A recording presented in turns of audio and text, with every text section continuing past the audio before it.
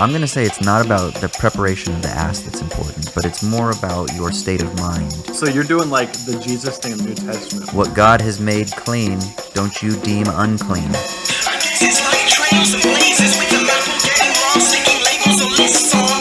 Fake ladies and medals get that shit on. Made up and murdered like women gliding with their wings gone. Yo, what is going down? Welcome to Owls at Dawn. We are just two dudes from Southern California who studied philosophy, politics, and religion around the world and decided to start a podcast where we could bullshit with impunity. I am Austin Hayden Smith. And I'm Troy Polidori. And we made it, brother. 100 episodes. I thought we'd be dead by now, for sure. Or that someone would cancel us. And that someone being ourselves, probably. Probably. I'm still hoping somebody else cancels us. I want to have that like on my wall. I was canceled on the internet.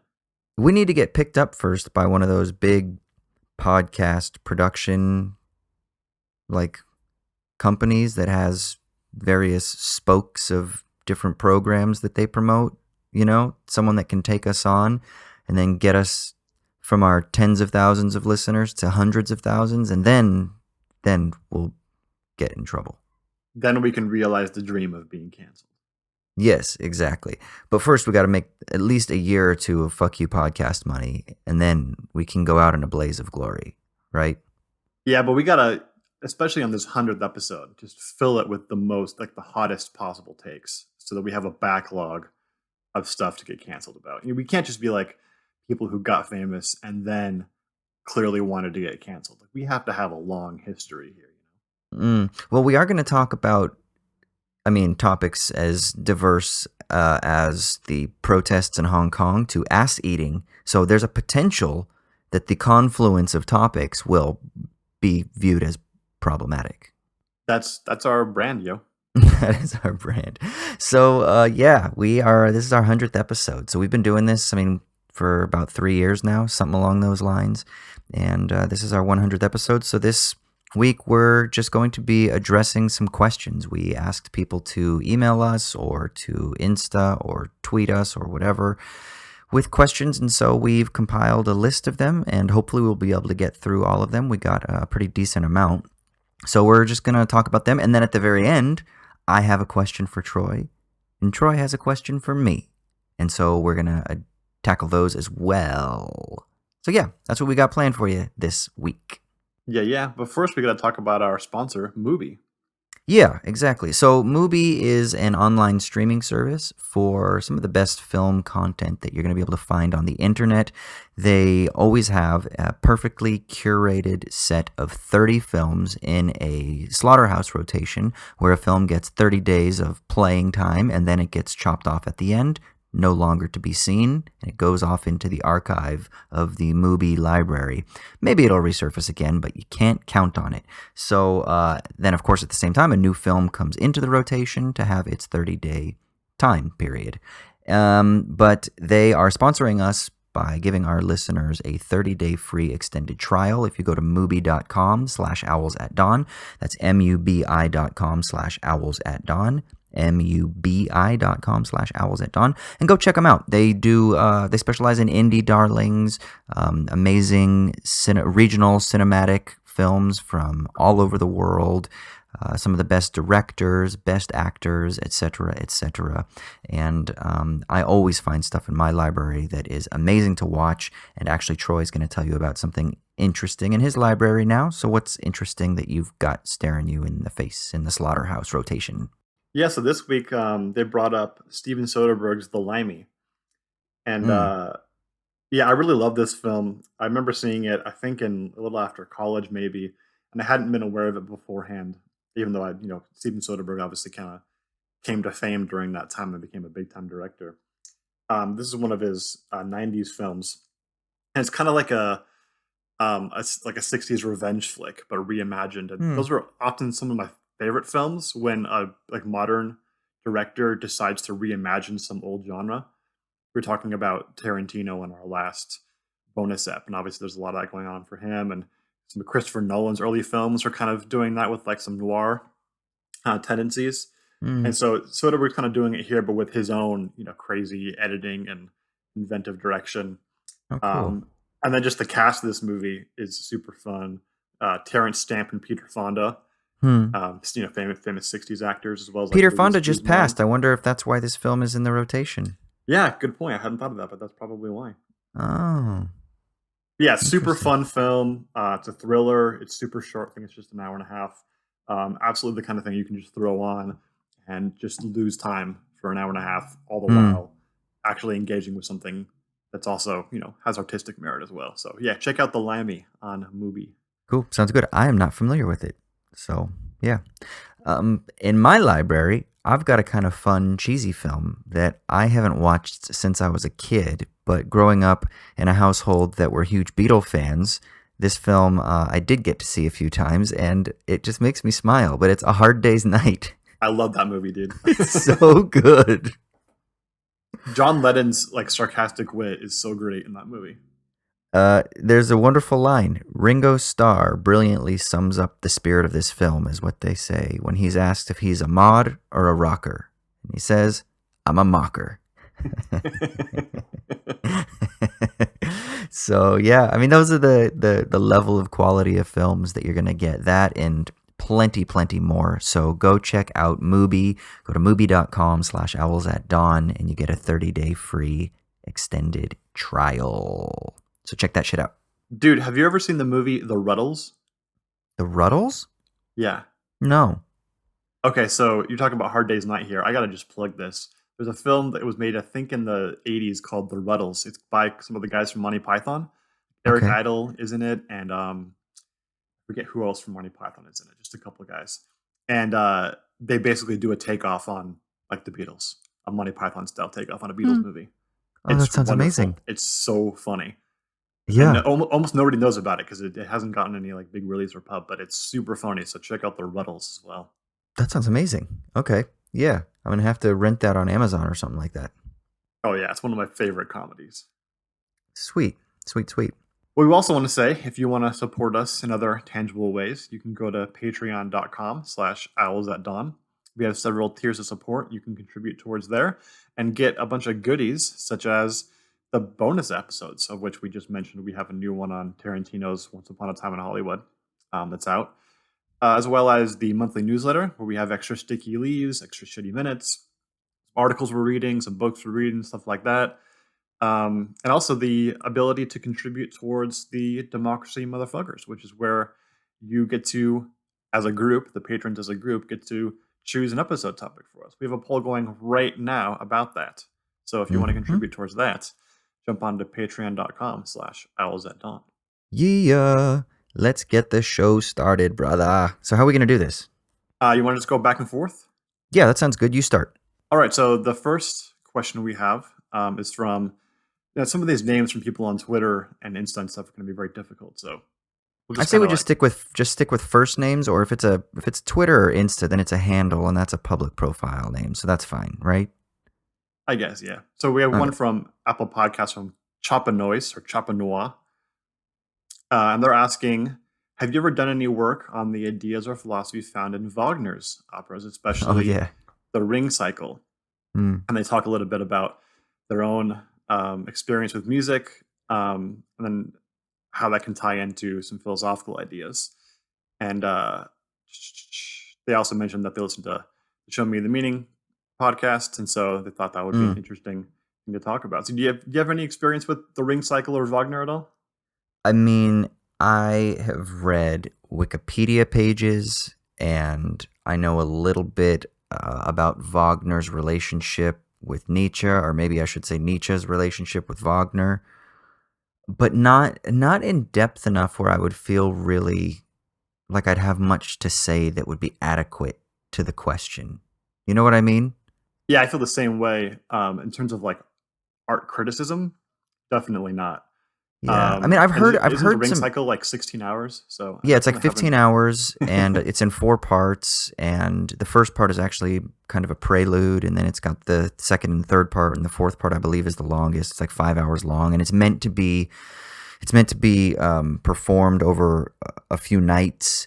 And it's supposed to be Wagner kind of rejecting opera in doing just drama, like music drama. I don't know how you would say it with a German accent, but it's literally spelled music drama, but music with a K, music drama. I don't know, but like I know George Bernard Shaw has an interesting take where he thinks that the cycle of it's kind of telling the story of gods and myths, and I think it's a Wotan, the god Hmm. Wotan would probably be what it is in German. Um, that it's kind of that Shaw interprets it as being sort of like a Marxist or a socialist criticism of the development of technology under capitalism and things like that. And then I know that there are psychoanalytic readings, kind of more Jungian readings about um, the journey of the archetype or something along those, like the archetypal figures. So I know that there are different interpretations. I just personally don't have a stake or any investment in any of those interpretations to be able to speak confidently or with any authority. I do know though that one interesting maybe take of one of the cycles is in Django Unchained. Actually, speaking of Tarantino, where Django basically is a Siegfried character who's going after his own Brunhilde, and that's one of the reasons that Christoph Waltz's character, I forgot his name at the moment, but that's one of the reasons that he is so inclined to assist Django in um, getting Brunhilde released from Candyland or Candy Ranch or whatever the fuck the name of DiCaprio's uh, slave farm or plantation is called. So, but that was an interesting interpretation of just that one little tiny element of the ring cycle, which is I think the third, because I think it's the prelude, and then I think it's Valkyrie, and then it's Siegfried, and then it's the last one. But so I think it's the third cycle. But that I know that's kind of cool. But Oh, that's I don't interesting, really. man. I'd never heard that at all. Yeah, there's this really cool moment in Django where Django and Christoph Waltz character they're around like a little campfire that they've made, and Waltz tells Django the story of Siegfried, and it's literally a kind of analogous tale and arc to the very journey that Django is on. And Christoph Waltz's character even says, he says, "Well, I've got my very own Siegfried right in front of me, so how can I resist helping you when you're going to go rescue your own Brunhilde, right?" And her name in Django is Broomhilde, but in Wagner's opera it's Brunhilde. So there's an interesting crossover there. So that's like an interesting interpretation of it.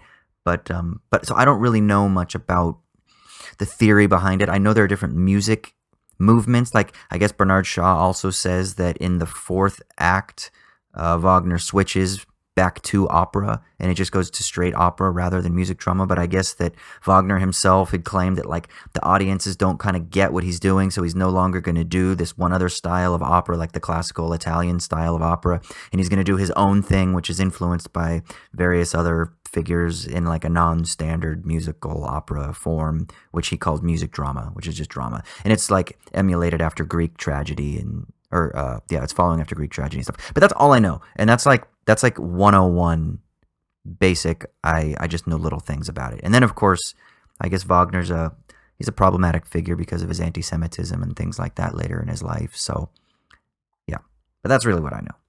Yeah, I'm in the same place. I also know that there's a book by a British philosopher. I think his name is Brian Maggie, or Maggie, and Okay. called Aspects of Wagner. I was reading about that the other day, and he kind of goes in much more of an apologetic stance towards Wagner, uh, especially with the ring cycle and stuff like that, and detailing kind of the philosophical background having to do with like anarchism in like the 19th century, which I guess Wagner had a in his early life was very much drawn towards, and then his kind of conversion towards Schopenhauer, um, which comes before the ring cycle. So there's a whole like world out there of literature about the philosophical background of Wagner and the ring cycle and everything else. So definitely not something we're going to be able to talk with any authority about, but there's all sorts of resources out there. Yeah, yeah. And check out Django for at least a, a, a type of interpretation of one of the cycles. So yeah, And Apocalypse Now. and Apocalypse Now. Yes. All right. I'm up with the next question, yes? Yeah. Okay. So this is from Dobramir, who sent us an email. Says, do you guys think it's possible to be a good socialist? For example, fighting for fair treatment of the workers at the workplace, having dialogue with employers to resolve pressing matters, wanting to live in a more fair and just society, etc., and a misanthrope, and in parentheses, to hate and be distrustful towards other people due to their tendency to be selfish, deceitful, etc., etc., etc. At the same time, are these two positions too contradictory to coexist? Can there be a middle ground between the two? So basically, can you be a good socialist and a misanthrope? What do you think, T. Roy? Yeah, so I think the short answer is yes, you can, but it depends on how you interpret the question a little bit. So it seems That's to me such a that, philosophical move. yeah, of course it is. What did you expect here? Questioning the Yeah. question, denying the premise. So I'm imagining here that the term socialist is being described as, or is referring to, an ideological stance. Like this is a value or a set of values that I uphold, right? Okay. Whereas misanthrope is more about, seems to refer to like your demeanor or like your character, or maybe just your sort of dispositions towards certain Yeah, like a behaviors or habitual emotions. disposition. Yeah. Yeah, and so those two things certainly can go hand in hand. In fact, I think they almost usually go hand in hand, in that you can, act a certain way or behave a certain way, unreflectively, and then upon reflection, have totally different sets of values and beliefs. So in that sense, yeah, you can absolutely be a misanthrope and be kind of have a tendency or disposition towards not liking other people, not liking to be around other people, or distrusting or being skeptical of other people's motives, and then also want or desire or value a world where, in some sense, just generally speaking, you work together for some common good. Those two things certainly can go together. Now, I think the real question would be if misanthrope is more like a principled skepticism towards other people. Like people should not ever be trusted as a matter of principle, right? Mm. Can you have that sort of a belief? Which I guess like what's like the kind of new like woke version of like anarchism where like people are distrustful of everything and think the world's gonna end. Um like True Detective was kind of getting down that road. What's the name for it? Do you remember the philosophical school? Mm-mm. It's like a principled skepticism about everything. Good. Okay. But it's like a new kind of nihilism, sort of. Mm. I wonder if you can be that and be a socialist. And I'm a little bit more skeptical that that's possible. I think there's some kind of barrier to being like a full-blown nihilist and Like being a socialist. cosmic nihilism? Is that? Yeah, I mean, it could be something like that. That's not the term I'm looking for, but yeah, Okay. that kind of calls it out. Mm. What do you think about that? To play devil's advocate, I'm going to at least see how far I can go with this, but I'm going to say no, it's not possible. Because I'm going to say that the question is placing a lot of emphasis on, or at least that the word good is doing a lot of work, right? So can you be a good socialist? So then I would want to say, well, what is a good socialist? And I think that maybe it necessitates a type of love for, at the very least, let's say humanity. I think that you could be an eco-socialist, which broadens out your sphere of love relationships and your piety connections.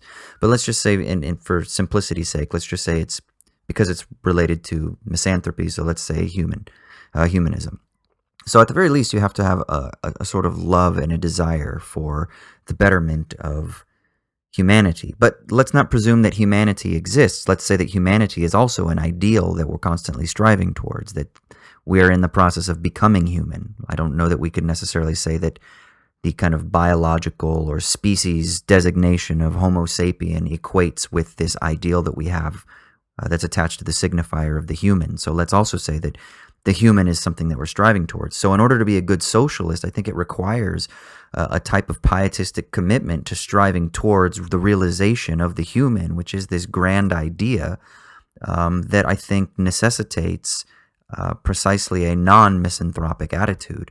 So I think if you accidentally do happen to be mistrustful because you've been spurned or something along those lines, I think that's quite different. I don't think that makes you a misanthrope. I think that just kind of gives you, like you said, it gives you a sort of like dispositional orientation to other people. But I don't think that's misanthropy, unless it's like, unless it's something that has kind of habitually um, ingrained itself into your psychobiological embodied existence. But that seems to be a major exception. And I'm not saying that that person at an individual level somehow is like contradictory in his or her position, that they can't be a good socialist. But I would argue that in order to be a good socialist, it would be warring with that tendency and with that skepticism. And I think that would make a real productive point of tension. And I think that that's actually one of the key important insights that you get with like psychoanalytic readings of Marxism is it's partly working through subjectivity, which is something that's lacking in a lot of, I think, classical Marxist formulations. And when you talk about subjectivity and when you're thinking about the constitution of the subject, then you start to have to worry about these sorts of issues. Is kind of like, how do you, as a subject in the midst of a world that is unjust and filled with suffering, how do you continue to strive to overcome that? It's through the process of being committed to the vision of what the human could potentially be that you do that. And so I think in order to be a good socialist, it almost necessitates the overcoming of misanthropy.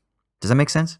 Yeah, I like that a lot. I like the idea of the productive tension there because I said earlier that, or a moment ago, that it's almost like there's some sense in which you kind of have to be a little bit misanthropic to be a good socialist. And I think what I meant by that, or was getting at, is exactly what you just kind of laid out there.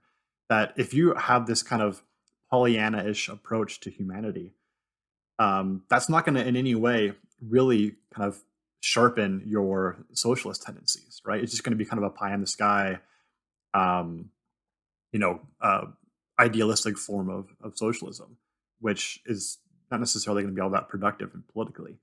But if you can actually have this tension of a bit of misanthropy in your constitution to go against your sort of, ideological value of a better political system, a more socialist or more equal political system, then I think that can actually be a productive tension and help you really kind of overcome and cause you to think long and hard about the things that you value.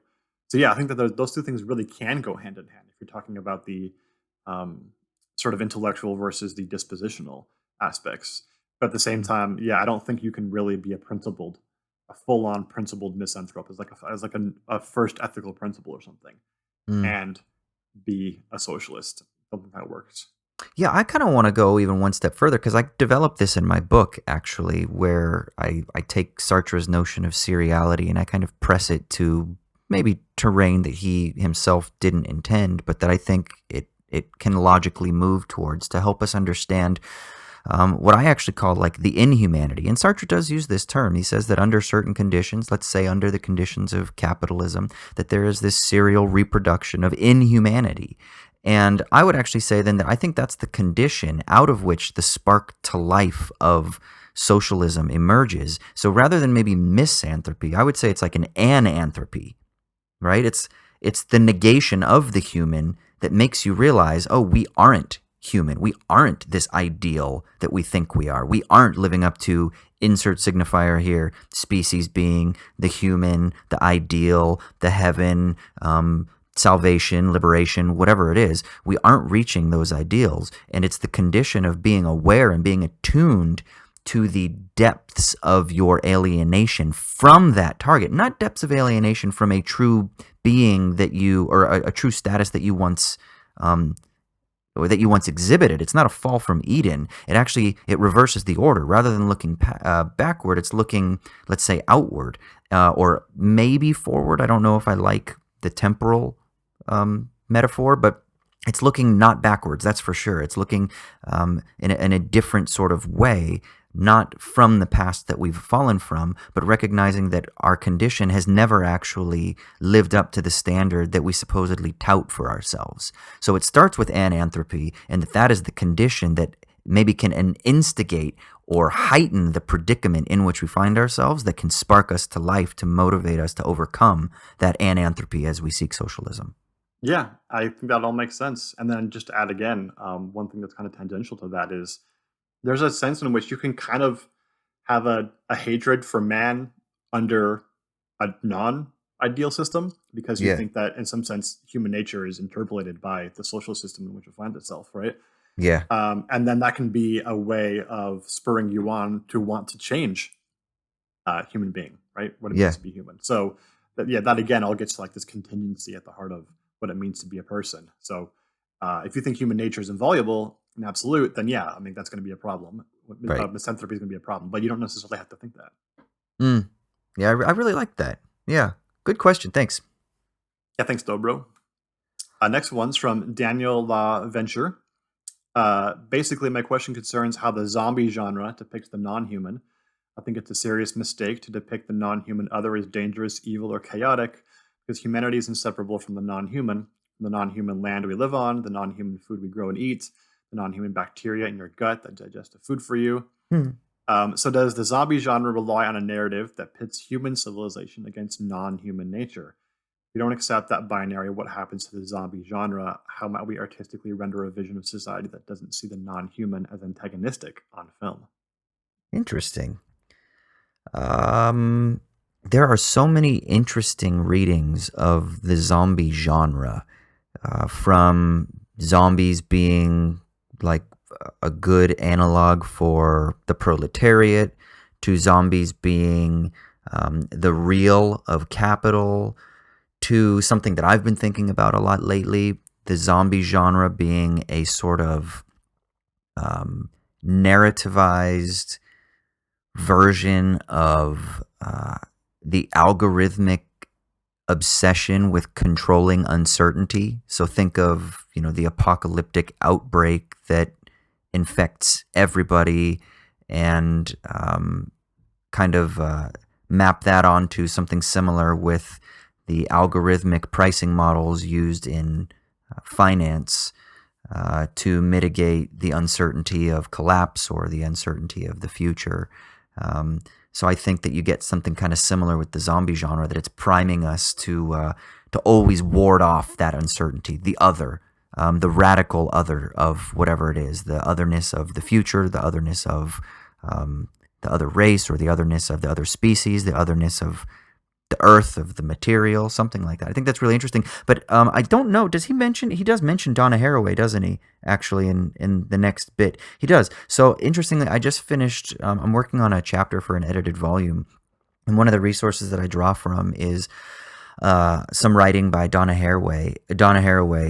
She wrote a book called "Staying with the Trouble," and then she has also written some articles and given some talks that are similarly themed, in which she talks about like thinking from the Gorgon and the tentacular, and thinking the Cthulhu, not Cthulhu scene is what she calls it, which is like this spider that she talks about, and that's where she talks about like the tentacular as well. But thinking from the perspective of these non-human earthly entities in a symbiotic relationship with everything else, and how if we can think in that way, then we sort of eradicate the subject-object distinction or the nature-culture distinction, and that helps us to kind of connect with and realize the interrelationship between everything, as we humans, like Daniel says, like as we humans are composed of these networks and machinic assemblages of gut bacteria and all the various like bacteria that's on our skin, and all the various weird chemical processes that are transporting various like blood cells all around our bodies, and that these are just these really complex machinic assemblages, and that we ourselves are complex machinic assemblages, as well as the chair that I'm sitting in, the desk that I'm sitting in, and the room that I'm sitting in the city and the state and the globe, and that they're all interrelated. And if we can attune ourselves in that way, that helps us to kind of overcome the othering of the other, right? And that we don't view them as other in a negative sense or a distinguishing sense. So I think, yeah, the zombie genre, I don't know, maybe it does kind of, I don't know, condition us or feed into that tendency to kind of like ward off the other as this thing that needs to be controlled or managed or mitigated somehow. And I think of it in terms of like some sort of algorithm, a narrative algorithm. You have the plot, and you have all the characters, and all the characters have their skill set, And those skill sets are just the variables that you plug into your formula so that you can overcome and beat the zombies. You got your A and your B and your C and your D, and they all come together, and then that equals X, and X is how you survive the zombie apocalypse, how you kill them or whatever. So it's just a narrativized algorithm to kind of like mitigate uncertainty or defeat the other. Yeah. Yeah, I think that's kind of like the Walking Dead model, even though I haven't watched that show in years. Of looking at zombies, which is kind of the most boring way of doing it, right? But it doesn't have to be that way, and it certainly wasn't always that way. I mean, George Romero wasn't the first person to like use zombies, right, in literature or anything, but he was really the kind of breaking point in terms of popularizing the idea in America. Because he coins the term, right? Did he? I thought it came from like Haitian stuff. Oh, I don't know. Like the 19th century. I thought that the word zombie is coined from Night of the Living Dead, but maybe, I mean, not the phenomenon, but the actual word as we kind of understand it. I thought he kind of created it, but it doesn't matter. I don't know. I think like Fela Kuti had a record called Zombie, which I think came out maybe before, or maybe came out a little after. Oh, maybe. I don't remember. But anyway, in terms of how it's depicted in the film, certainly Romero is the point of origin there for American cinema, and he certainly didn't think of it in terms of this human non-human distinction, right? I mean, he very purposefully and not so subtly portrays zombies as like an outgrowth of how human beings exist under consumer capitalism, right? It's a critique of society, American society specifically, that he has in mind there. So it's very on the nose and not super subtle and not super nuanced, but it's definitely a creative way of thinking about it. And you can say maybe even Romero sets it up to look like that kind of, nature versus civilization distinction, and those two being antagonistic, and then breaks it down so you get surprised by it in the end. So yeah, I think there's a tendency to view it in that human versus non-human in a battle over survival kind of way, and lots of popular zombie movies and shows kind of fall into that because it's so easy, but it's absolutely the most boring way of doing it, and there's plenty of other examples of using zombies differently. It's kind of why it still holds some cachet, I think, right? Even though it's ubiquitous now, zombies are in everything. They were in fucking Game of Thrones. You can be creative with them because they're ambiguous, right? Now, they're both scary and a certain type that you can easily recognize, but are also ambiguous enough that you can play with it. Yeah. There's not enough zombie stuff, zombie content where people actually care that these are human beings still. But right? There's a film that I recommended to you a long time ago, and you gave me shit for it, and I stand true to this recommendation. Is it fucking Warm Bodies? Warm Bodies is an interesting zombie movie because they're still human, bro, and their hearts are still beating. They're still warm, and all they need is that empathic, telepathic spark to life to bring them back to the state of the human, and maybe even to become human for the very first time. Maybe that's what we're learning from this. Think about this in Sartrean terms, or even Bedouin terms. You have the event, which is the spark to life, and it's something that's contagious, and it empathically and telepathically can inflect into other people, and then it can inform them on their journey as they spark back to life. That's amazing. That's you being serialized and being turned into the inhuman body under the conditions of capitalism, and then, because of the truth condition of love, you are sparked back to life. That's what Warm Bodies is about. God damn it, I think it's a brilliant film. You would like that movie. No. As a matter of what you're doing, the Zizekian reading, which is just kind of reading it on paper and coming up with an interesting interpretation of it. That's all well and good. I would love to watch that movie. In fact, I think I watched it the first time because it sounded so interesting, and then I think I just hated the execution of it or something. But yeah, whatever. Yeah, I mean, because it is. It's kind of just a saccharine rom-com-y kind of thing, but Teresa Palmer's hot as fuck, and Nicholas Holt's an all right actor, and was it Nicholas Holt who was the guy in that? I do not remember that. Yeah. Yes, it is. All right, am I up for the next question? Yeah. All right, cool. So this was from Twitter. Alvar says, should HK people, I'm assuming that's Hong Kong, should Hong Kong people still strive for democracy when it is often claimed that 1, the Chinese Communist Party model is more efficient, thus more prosperity, and 2, Western democracy is failing? This is a heavy fucking question, bro. Yeah, dude. So my thought is, obviously we can't go super deep into this because one, this is the 100th episode and we're kind of bullshitting, but also two, yeah, we're not going to be experts on the political situation between Hong Kong and China right now. But I think what I'd want to do is take the philosophical stance here and deny one of these premises, if not both. The first one being that the Chinese Communist Party model is more efficient than, I'm assuming it means more efficient than Western democracy in terms of like GDP growth, which is, I guess, the sense in which that argument can be made. And so there's more prosperity and thus more avenues for eventually sharing that prosperity, I guess is the assumption here. I think that's something I would definitely deny. Or is it that it's that the Chinese model is on the upward swing and that growth has slowed, productivity is slowed, inequality is increasing in the capitalist liberal or the liberal capitalist democracies? So maybe is that the point of comparison? Yeah, I think it's saying it's more efficient than Western democracy is, at least right now, if not just in theory. In the And I think context, I would, yeah, okay, yeah, I think I would deny both sides of that premise, really. okay. One being the idea that we should value efficiency and prosperity as the number one sort of goal of social formation, because I don't necessarily think that's the case. I'm not pointing to China specifically, but just the general point. I don't know that our number one goal should be let's create the most prosperity possible, and then whatever follows from that will be better off.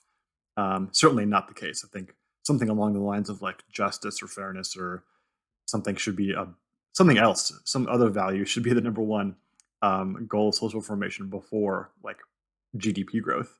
But then also the idea that that model is more efficient than the Western democracy model assumes that Western democracies are democracies, or that the reason they're failing is because they're democracies, which I think is exactly wrong. I'm not saying that democracy is necessarily going to be the best model of a political system for human beings, but the reason Western democracies are failing is not because of their democratic features. It's really mostly because of their non-democratic features, right? Especially when it comes to economic democracy, right? So, I mean, just look at, for an example, an obvious example is Trump. Trump getting to become president had not so much to do with democracy as it had to do with the features of the American constitutional system, which are anti-democratic, like the Electoral College and the Senate. So, unequal representation there is what allows Trump to be president. So, and you can go through a host of all sorts of other things that are examples of how the non-democratic features of our system tend to be the things that cause the most problems, or at least create the most difficulties or the most sort of poor or bad outcomes. I'm sure in the UK you can come up with examples of that as well. So that doesn't mean necessarily that the opposite is true, and that therefore some form of like Western liberal democracy is the end all be all, and that China's model has nothing of value for us. That's absolutely not the case either. But I think I would deny or at least reject the argument that Hong Kong should just kind of fall in line with China because it's on the like long-term economic upswing, while Western democracy is falling towards fascism or something. Yeah, we also need to remember too that China's debt burden is, I mean, something ridiculous. Like I think it's approaching 300% of GDP. So they're able to maintain it at the moment, and perhaps perpetually. We'll see how it plays out, but it depends on what you mean also by efficient. We also need to recognize that there are people in the western part of the country, the Uyghur people in Xinjiang, that are being exploited, that they're being oppressed. They're basically being used like lab rats for the rollout of new surveillance technologies, that the Chinese corporations are working in cahoots with Western corporations. We also need to recognize the global supply chains that are benefiting the CCP model, which are largely dependent on these Western democracies. So part of the reason that the Western democracies are becoming less productive in their post-industrial state is precisely because they've outsourced the processes of capitalization and industrialization to places like China, India, Singapore, Indonesia, these places that are building up these proletarian classes and maybe even middle classes. So we need to recognize the sort of like geopolitical integration of these nation states and of these economies to really kind of, I think, tackle that question, even prima facie, without without sort of questioning the question as Troy did as well. So I think for me, the question, if we're just going to address it on the surface, my issue comes down to like national sovereignty or regional sovereignty. And if these protests really kind of were sparked because of the extradition laws that China were threatening Hong Kong with, the reason that they were responding so stridently was because of a threat to autonomy and a threat to national sovereignty. And I know that this is a much richer and more complicated question than we can really delve into right here in terms of the relationship between Hong Kong and mainland China. But, I think there is something to speak about also the sort of principled value of having national sovereignty or some sort of level of regional autonomy that isn't infringed upon by these larger political power structures. So, I think I get what the question is kind of intimating at regarding the failing of Western democracies and the supposed success of the CCP model in relation to Hong Kong striving for a sort of increase in their democratic and autonomous sovereignty. But I just think that there are certain principles that I still am not ready to let go of for pragmatic purposes or for the sake of efficiency under the current economic regime. Yep, I agree with all that. All right, next question is from Neil Gorman on Twitter. What was the first album you bought with your own money? Dude, I love this. I saw this morning. I got really excited, and I know exactly what it is, and I actually was listening to this band all day. MXPX, Teenage Politics. Oh, yeah, I forgot. I knew about this. Teenage Mixed motherfucking... I remember, yeah, Magnified Plaid, baby. And I remember the day that I listened to them. It was like a Saul on the road to Damascus moment. Because do you remember the Christian bookstores, Sunshine bookstores, Troy? No, I don't. So I'm not sure I ever stepped foot in any one of those. They were a chain of Christian bookstores, but they would also have little listening booths for Christian music where you could go in and listen to the new CD releases. So from when I was like, let's say 12, 13, 14, one of the highlights of my Sundays when I was with my dad going to church was that we would sometimes get a Jamba Juice and get a smoothie and then go to Sunshine, and we would look through books and I would go listen to the music. And that was where I found punk rock music, was really through MXPX. It was MXPX first, and then that's how I found like Blink-182, Assorted Jelly Beans, Pulley, etc., etc., etc. But it was MXPX first in Teenage Politics, and when I listened to it, it was like the scales came off my ears. I was going to say off my eyes, but this was my ears in this case, and I was able to hear for the first time something totally different. This was the first time that it was my music. It wasn't music that my parents liked. It wasn't music that I was exposed to from the radio. This was something that I found on my own, even though, of course, I found it in a Christian bookstore because my parents took me there. But still, it was something that they weren't into. It wasn't their style of music. And so MXPX, Teenage Politics. What year was that? God, it must have been 95, 96. Okay, cool. It's same year for me. So they're about the exact same age. Yeah. Yeah, so for me, I bought 3 CDs from the warehouse that was near the house where I grew up in 95 or 96. I can't remember exactly when. Those 3 CDs were Offspring's Smash. Oh, yeah. Rancid and Out Come the Wolves. And Green Day's Dookie. Oh, all yeah. 3 of which I still have. So I'm pretty proud of that. Oh, you have those actual original CDs still? I have the actual CDs. I think I lost the case for Offspring Smash, but when I just did the move, I actually found 3 of these in various, probably unplayable conditions at this point. Oh, that's so cool. Yeah, it's great. And I'm still actually proud of all 3 of those. I think that Offspring and Green Day suck now, especially Green Day. But Dookie and Smash are awesome CDs, especially Smash. I think that really holds up as like a mid-90s kind of pop punk record. But I love those 3 CDs, and I listened to them just ceaselessly in the mid-90s. And I had a lot of really bad music that I liked in my kind of pre-teen and early teen years. I had a nu metal phase, which I'm definitely not proud of. But I'm glad that the first things that I bought with my own money were those 3 CDs. So I had something to go back to and say, I'm still proud of one impulse I had as a Yeah. child. That's amazing, man. I remember there was this dude. I didn't like him. He was kind of a douchebag when I was in 6th grade. And I don't remember his last name, but his first name was Brian. And he had like that blonde surfery Jonathan Taylor Thomas parted down the middle thing. Remember Mhm. that was super popular in the mid Oh 90s, yeah. early to mid 90s. He had that shit. And I just remember he used to have, this was when you would have like your binder, and you know how it had that like plastic sleeve on the front? You could like stick pictures and shit on the inside of it. Yeah, yeah.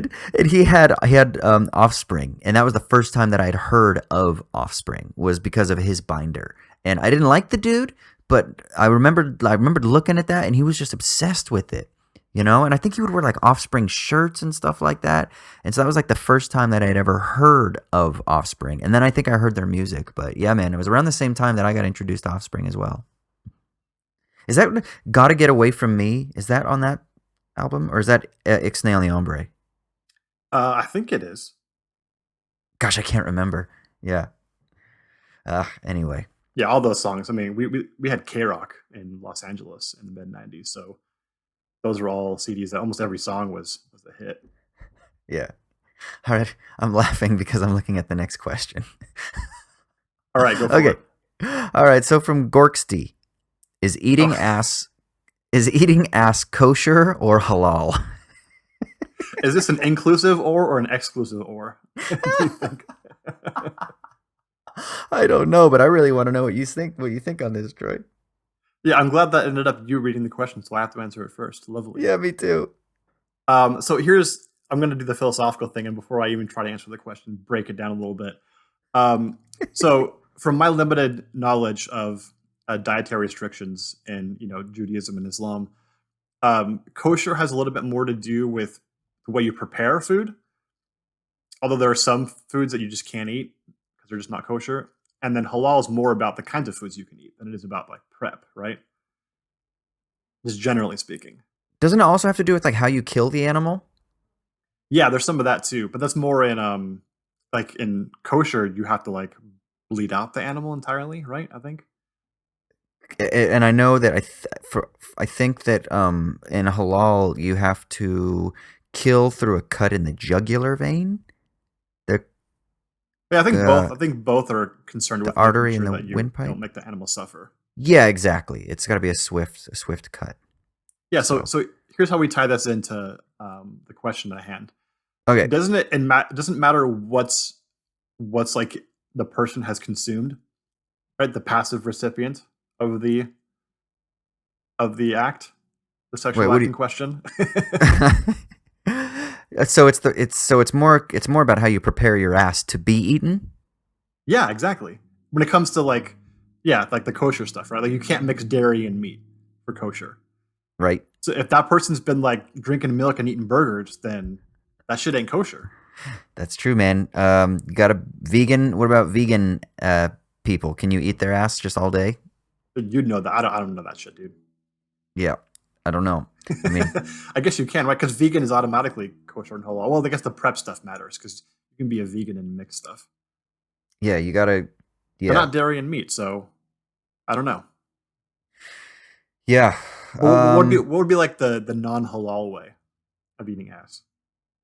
I mean, going out and getting a big in and out double and some shake and shit like that. If you're just like a big, you eat a lot of pig and pork and whatever types of poultry that are there.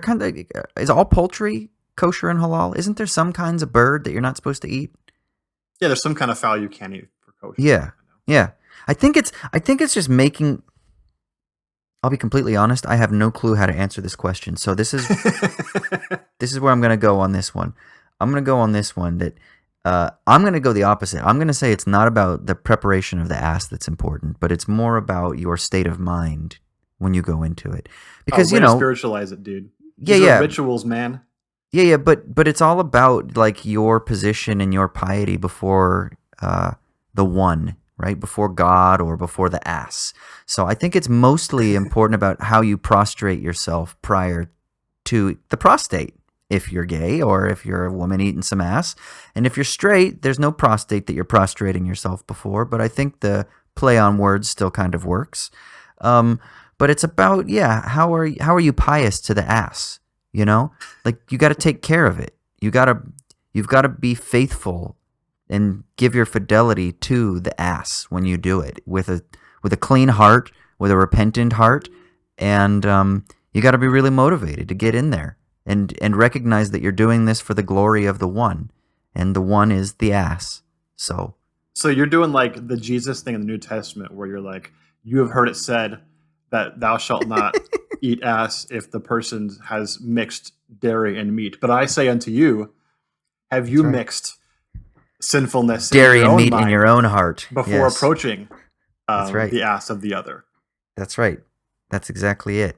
Go in with a clear conscience and then just eat the ass, because what God has made clean, don't you deem unclean. So this is definitely the question that's going to get us canceled. Thank you, Gordsky. All right, next one. What are your guilty pleasures? Ooh. Well, how do you define a guilty pleasure? Because this is my thing. Like, a lot of times I'm not guilty about my pleasures. I just have pleasures. But okay, guilty pleasures. Things that, like, maybe people would tease me about. I love fucking Gilmore Girls. I've binge watched Gilmore Girls 3 times. I just finished, actually, last week. It's just really relaxing to fall asleep to. So I'll lay in bed and I'll throw on some Netflix Gilmore Girls, and I'll get through an episode, maybe only part of an episode, but I just fucking love that town. I kind of want to just have a slowed down life where maybe I just run my own cafe and maybe, you know, host like poetry readings and teach philosophy classes upstairs, and maybe do some mixed martial arts training for self-defense with the local community. I mean, so I just envision myself in a town like Stars Hollow. So that's definitely one of my guilty pleasures. What's one of yours? And I'll think about one while you're talking. Yeah, so I think I don't necessarily have any guilty pleasures in terms of things I actually feel guilty about, but I think usually we don't mean that when we say guilty pleasure. What we're referencing is more things we aren't things we enjoy that we're not principled about, and so we don't necessarily like tout it or publicize it. Yeah. And if that's the reference, that like weak version of guilty pleasure, then certainly I have several. One of which would just be my obvious obsession with like everything revolving around basketball and the NBA, Oh, yeah. to the point where like I actually care about the stupid like soap opera drama that revolves around the NBA. Like I actually Yeah. really enjoy it in the same Yeah. way someone enjoys like Real Housewives of whatever the fuck. Mm. So yeah, I get super into that and often like it because it's so silly and ridiculous and doesn't matter at all, and that's just enjoyable. Mm. Yeah. I mean, on the sport tip, MMA for me is a guilty pleasure because I still feel guilty about human beings beating the shit out of each other for sport, you know? There is something very strange about your love for MMA and then your general like loving pacifist tendencies. I know, and I like think it. about this. Yeah, I think about this all the time. I know, because I've never been like, I've gone through phases where I myself have tried to be the tough guy. Like I've trained in mixed martial arts off and on since I was 17, and then when I was a kid, I did some judo and karate and stuff. So I've practiced it myself, but I've never been the type that wants to like fuck somebody up. You know, I've tried that hat on. I've tried to wear it a few times, and I've been in stupid situations where fights have broken out, and I've been responsible for some of them. But it's just never really been me. It was always me trying to be something that I wasn't comfortable being, you know, because I thought I had to be a dude, or I had to impress a chick, or I had to press another set of dudes or something like that, right? So it is weird that I do love MMA so much, and I can try to justify it to myself that there's an artistry to it, and there's a spirituality to it, and I do think there is, and I do think there's this amazing dance, and I think it's an amazing expression of athleticism, and I even would say artistry, but also it's dudes and chicks giving each other concussions. And you would think that I would have a problem with that, since I value the brain so much and like mind power. So I don't know. That's a guilty pleasure for me, for sure. It's so funny, dude, because as you're saying that, I'm thinking the exact same thing about my love for basketball, because I often talk about how compared to like American football or something, basketball is the beautiful game, right? It's got this constant movement and passing, and it's like a complex network, and there's like a ballet or like a dance to it all. But then honestly, dude, I like it when someone just dunks all over someone's face and shoves their balls in their face. Like that's Yeah, just awesome, and I freak out and jump yeah, off the couch when that happens. So yeah, yeah. that's not exactly like principled or reflective, but who gives a shit? It's awesome. No, sometimes you got to go limbic, you know? That's what, you just go reptilian sometimes. It happens, man. What about food? Do you have guilty pleasures with food? I don't know, man. I guess like I'm like any person. I like to go get burgers and fries, and I'm not necessarily like super. Um, I don't necessarily judge myself about it, although I certainly don't. I sometimes kind of wish I didn't like to eat junk food like Yeah, that sometimes. yeah, But yeah. I don't know. I think maybe you have a little bit more to say about that than I do.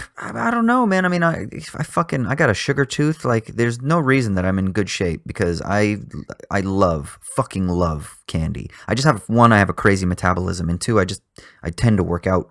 Uh, Even if there are spells when I'm not working out, I can get into shape really quickly. And sometimes I take advantage of that. As a matter of fact, I'm just coming out of one of these times where I shit you not, man. I swear to God, I was doing this on purpose. That I was trying to eat as poorly as possible for as long as possible to see how bad my body would get. And really, at the end of it, I was kind of like, I still look all right, man. And now I'm back into being in like great shape, and I shit you not, in 6 weeks, like I've already got like all my definition and my abs again, and I'm like, this is fucking ridiculous. So, I mean, I know that people listening are probably going to be like, fuck you, dude, and I'm sorry, but I think that I have a guilty pleasure with sweets, man. I fucking love. You know what I love? I mean, obviously chocolates and everything like that, but I really love. And I love ice cream. I fucking love ice cream. Oh, dude. But Yeah, I got to talk about that in a second. okay, yeah. But you know what I really love is they have like these strawberry. It's like a sour strawberry candy, and then on the inside there's like that white creamy filling. Do you know what I'm talking about? It's like a I don't chewy think so. candy. Maybe I don't know if it's like I found them when I was living abroad, so I didn't even eat them when I was younger. But it's like a strawberry kind of, almost like a licoricey kind of thing, and then on the inside is like a white kind of creamy substance, and then there's like kind of soury, sugary stuff on the outside of it. And they're these tubes, these long tubes, like a licorice stick. Fuck, man, I could eat 30 of those at a time. They are so good. So ice Yeah, cream. so yeah, for me, ice cream is also a huge, huge stumbling block. And that I don't, I don't like candy so much, but like gelato or kind of like gourmet ice cream, Yeah, it's to the point where I literally have told people that I've lived with or been close to that they know that I love ice cream, and so they'll sometimes get it for me as like a gift or whatever, right? To be nice. And it's just like I have literally no self control when it comes to ice cream. So I have to buy those, those little ones that come in like, what is it, like a quarter or a third of a cup of yeah, yeah, ice cream, yeah, but they cost like $1.50, so it's a yeah, yeah. ridiculous overcharge for that much ice cream. But I have to get those because otherwise I'll eat the entire Yeah, like a pint or quart or whatever in one sitting. It's impossible to stop. totally. And I think I generally have above average self control in other areas in life, but that area, literally none. Like a dog, I'll eat until I die. What about root beer floats? No, not so much. I mean, I don't dislike them, but I don't go out of my way for that. Oh, Is that for dude. you? Oh, Who yeah, makes dude. who makes the best root beer float? A&W, motherfucker. Yeah, I figured. Come on, dude. As Dude, a they have A&Ws out here. I'm pretty excited about that. Oh man, I was just gonna say, as a child, I used to go to them, and the last one that I remember in Southern California, it's out in the middle of the desert on the way to like Indio, I think. There's an actual A&W store, like a brick and mortar store. Oh fuck! But I used to go to like festivals and rodeos and shit like that, and they'd have like the little pop up portable one with the wooden barrels, and oh fuck, oh, I'm salivating. But okay, I do have a guilty pleasure for sure. It's getting fucked up. That's a guilty pleasure. Drinking just 15 shots of whiskey and a few beers and ending up at the casino till 7 in the morning. That's a fucking guilty pleasure. Sometimes I can also be a bit of a hoe. That's a guilty pleasure. Like, I've got some guilty pleasures that I tap into the hedonist style of life quite a bit. I think I have a lot of what I guess you could call guilty pleasures. I just don't feel guilty about them, you know? But I know socially I might be judged for certain things. Actually, the one I do feel guilty about is eating ice cream and shitty food and McDonald's and stuff like that. Because then I know the next day I feel like shit and I'm like, my body's just mad at me. Whereas if I go out and I go on a bender and I'm fucking hungover, you might get the hangover blues or something like that. But if you hook up with someone and you guys have a fantastic time, there's no guilt there. It's wonderful. You just had a brilliant night and you explored the heights of ecstasy with one another. That's fucking fantastic. Dude, here's the thing. So this says a lot about who someone is as a person, right? You eat McDonald's or some shitty junk food, right? And you wake up the next morning and feel like shit. You think that your body's mad at you. Instead, I'm gonna say you should rail against like God or nature and be like, you should have made my body so I could enjoy the things that are awesome and that I love to eat. Mm. Rather than being like, oh, my body's mad at me, so I have to like seek penance from it. Come on, How do you man. do that? Dude, rail against the gods. That's the way to do it. Yeah, but how do you do that so that it actually practically changes your chemistry, your biochemistry? It absolutely does not. But that's the thing you should do. You don't think you can train yourself like you can for like extreme cold or something like that? You can't train yourself for extreme carb overload? Oh, dude, I bet you there's got to be some movement out there that's like training your body to just do supersize me style. Eat Oh, junk food every day. Jesus. Yeah. Amazing. All right. Great question. Am I doing the next one? Yeah. Okay. This is from @Joyce Banachek. Will cryptocurrencies improve the world? Fuck, dude, I don't know. Maybe. But Do you probably care? not. Do you care much about cryptocurrencies? Not really. I mean, I don't want to talk too much about this because that's like inviting people to get in our mentions and talk about, how cryptocurrencies saved their life and they've joined the cult of whatever the new one is. Yeah. But I mean, the basic argument you keep hearing a lot of times, and this is definitely not everybody, so I'm not saying all cryptocurrencies are only about this or that or whatever, but the idea that just we shouldn't, or like you can democratize or something finance by having these cryptocurrencies. It's kind of like an anarcho model of looking at currency or finance. Just generally, I think is kind of a wrong-headed way of looking at things, and that there's a sense in which I would think that national sovereignty over currency is actually more democratic in a good way, and that it can allow the people as a whole to kind of govern how a currency works. Does that mean we have that with our current national sovereignty over currency? Absolutely not. I think we can agree there.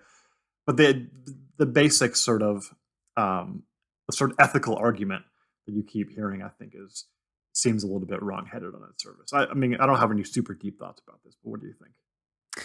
I mean, I'll be honest. I think it completely misunderstands power and how value is created through cultural meaning and cultural capital, social capital, et cetera, et cetera.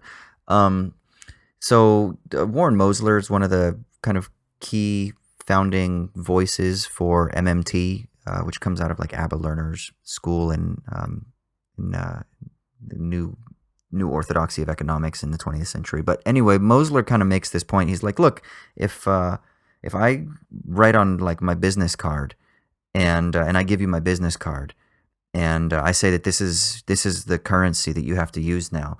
He's like, there's nothing that's going to enforce that. He's like, but if there's a guy standing outside the door with a gun saying, yeah, you have to use that, then you're kind of, that gives that thing value. It kind of backs it, right? So there has to be some imposition of power or force or something like that. And so he talks about like the importance of taxation and the importance of a sort of sovereign government behind the sovereign currency that legitimates, if you will, the currency. And cryptocurrency doesn't have that. It runs into that problem, right? So is it possible that people are going to be able to, in small scale, trade with these anarchic, non-sovereign forms of currency? Sure, absolutely. Will they even gain some semblance of market share? Yeah, probably. I mean, they'll be able to function as an outlier, but will they be able to actually take hold and become like the primary, let's say, measure of value or exchange of value or anything like that that we typically associate with money more broadly? I'm not very convinced. And I'll be completely honest, I think that if you just look at the speculative bubble for Bitcoin and Ethereum and things like that, they're far more interesting as tokens for speculation than they are for actual the use and exchange. Like it's really pointless. You will not, or if you do, you're a fucking idiot if you're using Bitcoin to trade with right now, because I mean, I haven't looked in the past month or something like that, but one Bitcoin is worth thousands of dollars.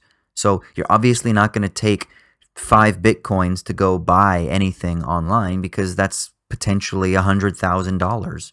I mean, I don't know if it's 20,000. It was 20,000 before. It's probably somewhere in like the $14,000 range in the U.S. now. But still, you're not going to spend $50,000 to $70,000 on something unless it's a fucking car that it's worth on the market value in the United States currency or whatever currency it is that you're translating it into. But then again, what you're doing is you're still measuring the value of the Bitcoin in relation to the sovereign currency that you're supposedly seeking autonomy from. So you're going to have to do a lot more in order to actually gain the foothold in the market and in the circulatory networks than what is currently in place if you're going to actually make cryptocurrencies viable. With that said, the technology behind Bitcoin, for example, blockchain technology, I do think is really interesting. And I'm very curious to see how these new systems of computer trust and contract records are going to positively impact all sorts of different types of transactional regimes. So that's interesting. But will cryptocurrencies improve the world? Will they change the world? I think the jury's still out, and I'm a little skeptical. I'm quite a bit skeptical. Yeah, I think philosophically, for me, there's really this impulse towards assuming that greater decentralization equals more freedom, or more kind of valuable freedom, Yeah. and that's, I think, the assumption that I want to question. Whether blockchain has anything really to do with that, I think there's some crossover there, but it's certainly not absolute or anything. But I want to question the idea that necessarily decentralization means more freedom, and I think we're seeing, even just in the first fruits here, of the effect that these cryptocurrencies are having on different areas of finance and whatnot, is that it turns out that sometimes having these sort of ledgers that are not, centralized in like a government or a national banking system can even lead to less freedom in certain ways. I mean, Mm. I don't remember the exact story, but wasn't there some situations where like cops basically can break down your door and get access to a lot of these ledgers Yeah, in ways that, The FBI have like millions and millions of dollars worth of Bitcoin that they've confiscated from, illicit deals and things like that. yeah, and so that's, maybe the argument is that that's just because of the parasitic nature of like centralized political systems on cryptocurrency. But I don't want to get too in the weeds with that. But the general assumption of centralization is bad and decentralization is good is, it's not neither that nor the reverse is necessarily true. Yeah. So it has to be a more complicated argument about which areas of centralization and decentralization are helpful. Yeah, and we also need to think too that centralization and decentralization aren't necessarily these perfectly bifurcated paradigms. We Yeah. think about decentralization, but you're decentralized within a singular centralized platform, which is the World Wide Web. Now, there are ways, obviously, in the dark web or in other things to get around that. But as things are being consolidated, as the pathways onto the internet are being consolidated via platforms, just look at what Facebook is doing by trying to institute their own cryptocurrency. You don't think that other platforms are going to start to institute that? So what I think you're going to start to see is the future of cryptocurrency isn't going to be this like radically autonomous, quote unquote, decentralized thing, but it's going to be different consolidations of centralized and consolidated power structures that are the platforms that back their own cryptocurrencies. And I think that's going to be more likely. Well, you use your own Facebook bucks or Amazon bucks or whatever it is, and then you might be able to trade an Amazon buck for a Facebook buck or something along those lines. My point is, I don't know exactly how it'll work, but I do know that the likelihood of it being based on some sort of platform that is pre-existent, that itself is a centralized and consolidated power structure, is far more likely than the kind of anarcho-capitalist utopic vision that a lot of the cryptocurrency like advocates are trying to tout. Yeah, and Dennis Rodman has one too, so that's at least something in its favor. Weed bucks or whatever it is. Nice. Do your thing. All right. Ricky asks, what got you into philosophy? Love this question. So I mean, our answers are probably going to be somewhat similar, but for me, I was studying in college to be a pastor at first, and then kind of switched over to academic theology because of my interest in the academic and intellectual side of the Christian religion, and eventually, like many other past great philosophers, found that theology didn't answer the questions that I had, and in fact, I found constitutionally could not answer the questions I had. And so that means that you're going to move towards, I think, kind of theology's foundation, which is philosophy. And that, at least, if maybe not answered the questions I have, asked the questions in the way that I had them, in a way that I think it could possibly be answered. And so I just automatically found myself being interested in the philosophers, the historical philosophers, the great ones, when I was in college, in a way that the theologians just didn't seem like they were being fully honest to me. Didn't seem like they were really asking the questions that would necessarily come up in theological dialogue and questioning. So it was Hmm. really a kind of a natural transition from wanting to teach about religion to wanting to study theology to then wanting to study philosophy. It was a very natural transition, and there were certainly moments where I had this, great pains of dissatisfaction and alienation and stuff in that process. It wasn't a purely smooth transition, but I think it was almost one that kind of had to happen in that kind of a dialectical movement. Hmm. Do you remember who the first philosopher was that you really had a kind of intellectual love affair with? I mean, it probably had to be Plato, given that Was it? I think the intro to philosophy class I took as a freshman in college, we were reading Plato and Aristotle to begin with, and I wasn't super interested in Aristotle, but reading Plato's dialogues, I was like, this is all I ever wanted. It's Hmm. someone to dialogue about these questions. And I loved it, and I just devoured it. So yeah, that had to be the first one for me. What was it for you? Well, I will say I can echo pretty much the same path that you outlined for yourself. Went to university to be a pastor, then it was to be a theologian, and then it shifted to philosophy. It was maybe a little bit different. I think it was kind of similar to you though. But for me, I just remember I remember thinking to myself, and I remember talking with people. I remember talking with my dad and other people who were like my elders in the church and stuff like that, saying that like, do you realize though that these theological formulations are just borrowing from the philosophical tradition? Like, do you not realize? And they were like, that's not it at all. And I was like, no, like, that's just Platonism. That's what that came from. You can trace this back historically, or I could even show you where the shift in the theological tradition happened when Descartes and the turn to the self happens. Like, you can see how that then inflects into theology, or vice versa.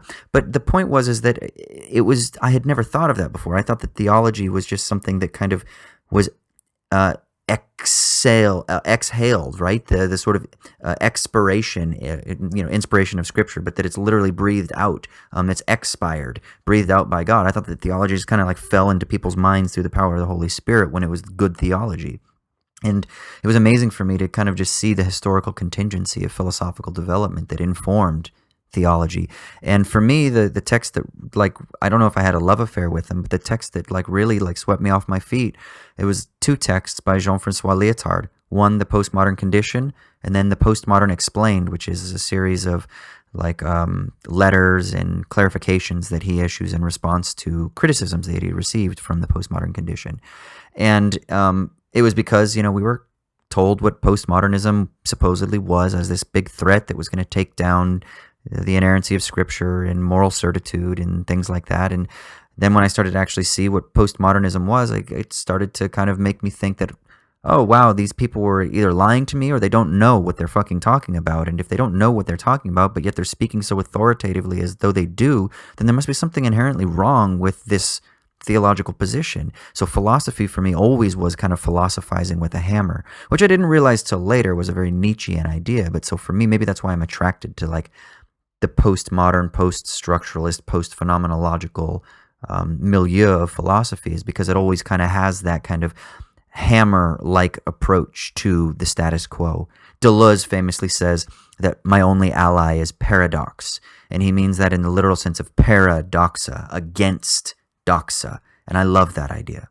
Yeah, this is a really good point. I think we've often kind of held as a mantra that if someone says they don't have a metaphysics, it means they have a bad metaphysics. Yeah. And that point being that anyone who does work in like theology, right, and claims they don't have philosophical concepts that underpin that is really either lying to you, selling you something, or is ignorant. Mm, Um, so you got to find out which of those it is, right? mm, Everybody has philosophical concepts behind whatever it is they think or believe, if they think or believe anything. And so the theological kind of milieu we were in was one that totally tried to eschew any connection to philosophy whatsoever. right? Mm.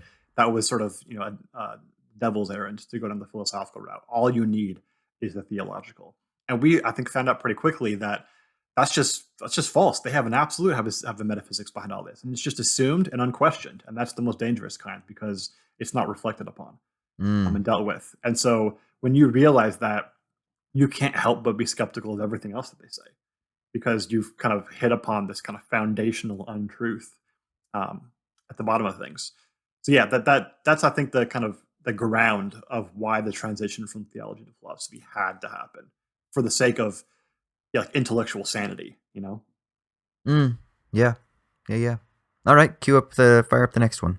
All right, next one. I have no idea how to answer this, but I'll let you start. The question is from unknown. Can y'all overanalyze modern memes? Like, I don't know, you can apply absurdist art themes or catharsis or even some psychoanalytical libido to get attention from shitposting. I think this was Gorksty again. I just didn't Okay. write it down. Can y'all overanalyze modern memes? Do you have any memes that you like in particular? I'm trying to think. Give me a meme. Yeah, I don't know, dude. we could There are totally a lot of over. memes out there. There's a shitload of them. Um, I, is there? I do like the Spider-Man pointing at Spider-Man meme. That's a good one. Explain it. What is it? It's like whenever two things end up being the same in some way, and they just come upon that realization, they do the meme, which is Spider-Man pointing at Spider-Man from like an old Oh cartoon. yeah. Oh yeah. I That's mean, a good one. I will say this. One of the things I struggle with memes is this. Is I would say the center of my book is that I'm fleshing out this term that I talked about earlier in this episode that Sartre uses called seriality. And in a very simple sense, seriality is this reproductive tendency to mimetically echo within what we might call a context of the same thoughts or feelings or actions over and over again. He talks about 19th century bourgeois France, where and bourgeois respectability. You had to be respectable, and so you perform your respectability-ness. And in your performance of respectability, everyone is doing the same thing. They're all playing the same game. Which, if you know anything about Sartre, this also refers to his earlier existentialist writings, to his notion of bad faith. Right? You're denying your existential freedom by kind of playing the role. He talks about the waiter in a Parisian cafe who's playing the character of the waiter rather than kind of accepting his freedom, or the woman who's on the date who's playing her role maybe to be respectable rather than embracing the freedom that she has when the man places his hand on the small of her back, or when he flirtatiously suggests maybe like a sexual advance or something like that. But she can't do that because she has to play the role of whatever it is that's societally expected from her or something like that. This is kind of like translated into his later works into this notion of seriality, but it becomes much more broadened out, I think, and seriality becomes the kind of de facto state of existence in a world that is mediated by objects that kind of like demand or command certain things from us. They set the limits for how it is that we can, one, relate to them, but also then they mediate our relations with other people. And so my problem with memes is that memes seem to kind of be this serial tendency, but like in a hyper modern digital context.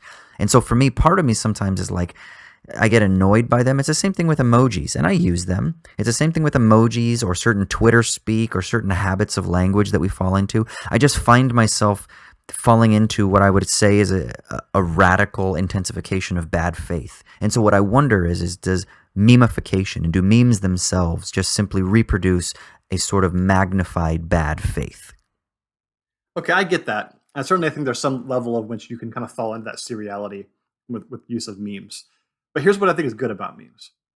Um, I think that there's some sense in which, and all of language is in a way meant to communicate something that we can't otherwise communicate to other people, such as like our inner subjective tendencies or feelings or thoughts or whatever, right?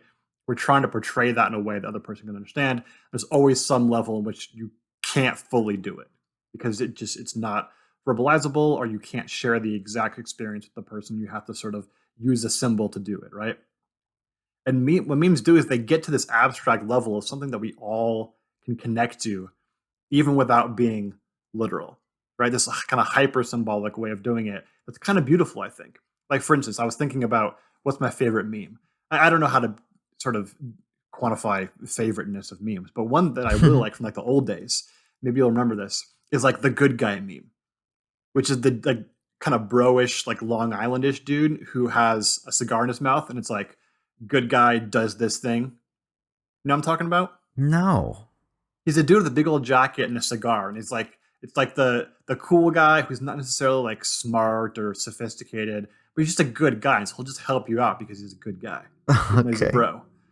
And I just love that meme because the meme always follows like some good guy doing something like putting this album for download on the internet, or like transcribing all of these lyrics, or like puts the subtitles for the show that you pirated online for free. Like, good guy does that, right? Mm. And it's just like, I have that feeling. Like, one of the best feelings is when you find some person who's just totally unsophisticated, regular person, nothing special about them, but just does a cool thing because they just want to. It's just like they just do it. It's just their nature. Like, So I share that feeling of I love when I find someone who's like that, and everyone else does too. That's kind of beautiful that everyone else has that same feeling that I have. So I can share that like inner subjective thing with other people through this abstract form. All language does that, but memes kind of like bring it out in this special way, I think. here's my problem with that though. It seems to presume that there's like a pre-existent status that is pure, that is itself unconstituted. Now I know you don't think that, but the way that it's being articulated is that somehow you have this pre-existent thing, this impulse, this desire, this thought, this feeling, this positional qualia, whatever it is, and that it's like somehow being like refracted through this prism. And my thing is but that desire itself might actually be constructed by the limits and the demands that are imposed by not just that meme, but also the entire serial process that surrounds us, right? Which is a much more Of like course it is. structural take. But then what that means is then that it's just a purely determined expression based on the mediations that are inducing that expression through that meme itself, Yeah, of course right? it is. This is my Yeah. whole problem with post-structuralist bullshit, dude. Of course it is. No one ever said it wasn't. Well, maybe like Descartes said it was, or something like that. I don't know. But no one ever said it wasn't. Of course, that inner, like, subjective, qualitative experience is constructed by something external to yourself. Of course it is. Doesn't change the fact that there's still a sense in which I'm trying to express that thing through symbolic language and failing to do so. And so maybe I go to memes because it's a special way to portray that thing. It doesn't mean at all that it's like a purely private, um, untainted experience that only I have access to, and so I share it with you because I want to like express myself into the world or whatever like that. Like, yeah, no Yeah. one ever said I was, so I'm not worried about that at all. I So that totally buy into the idea that it's constructed. Totally fine. So then my question, and this again goes to the heart of my book. God damn it, people just go out and order my book for your libraries. It's too expensive to buy because it's a hardback. It's $100, but just order it for your libraries at your university so that you can go read it. But no, this is I like that you say that. But so then my question is can we try, maybe not quantify, but can we try to characterize the intensity of that qualitative desire or position in relation to the external structural conditioning? And is there a sense in which, in certain contexts, the external structural conditioning is so determinate that let's say the spark or the differential that is like the quote unquote internal qualitative experience is just simply like the flame is blown out? Yeah, totally. That can absolutely happen. And there's different intensities of that kind of, for lack of better terms, private internal experience. Yeah. It's not private in the sense that it purely or like sort of originated only from the world of the internal and then has to move into the world of the external, and that's how the failure happens. That's not it, right? It comes from the external to the internal in this like dialectical relationship, right? And changes as it goes back and forth. And so different intensities of that internal experience can occur, absolutely.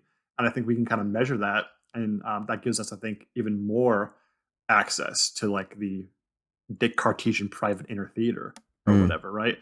But I still think there's some level in which you have to look at things from both subjective and objective points of view. That's a whole nother issue I don't want to get too much down. But No, yeah. either way, the point is memes can be bad. but also memes can be good. Yes. Yes, yes. Same with emojis. Title of my book. I'm starting to get into emojis a little bit more, dude. I got to be honest. I read a headline the other day that said that people who use emojis frequently are something like, I don't remember the number, 60% more successful in relationships. It Oh, was no some shit. pretty huge number. You know I was what? like, I mean, damn, dude.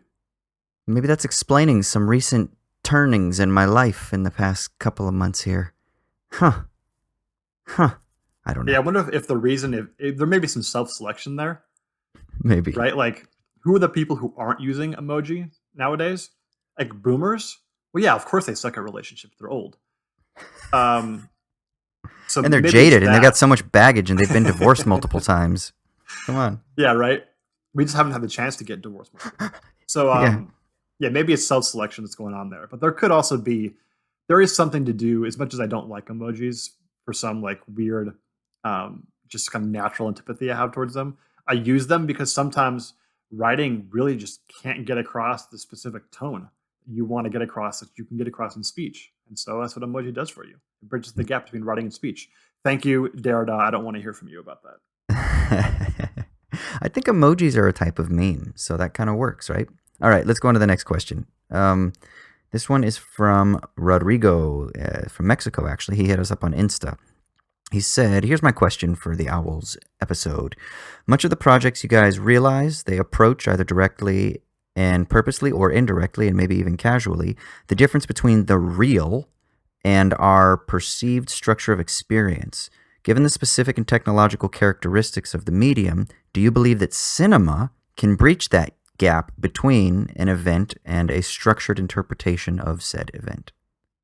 This kind of goes to what we were just talking about in a way. But can cinema traverse that gap? Troy? Yeah, so even though I'm supposed to answer this question first, I'm going to have to ask you to do it because I don't even know how to approach this question. Let's see. If I understand the question adequately, I think it's, can cinema as an art form, can it traverse the gap between a sort of reality in itself, let's say, and like our ideological or our already ideologically mystified, serialized orientation to the world.